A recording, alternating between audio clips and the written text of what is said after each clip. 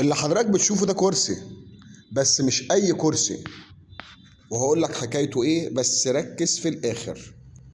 ده بقى سيادتك كرسي العرش السعودي، مصنوع في محافظة دمياط بالمملكة المصرية بورشة أمين محمد بهنسي، أحد الرواد الأوائل لصناعة الأساس في مصر.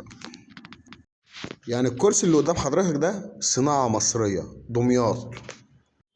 واللي صنع كرسي العرش في المملكة العربية السعودية هو أحد أبناء مصر، هو أمين محمد بهنسي، أحد الرواد الأوائل لصناعة الأساس.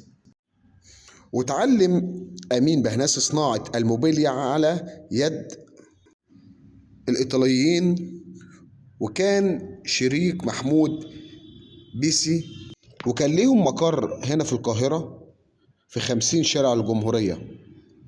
الكلام ده سنة 37.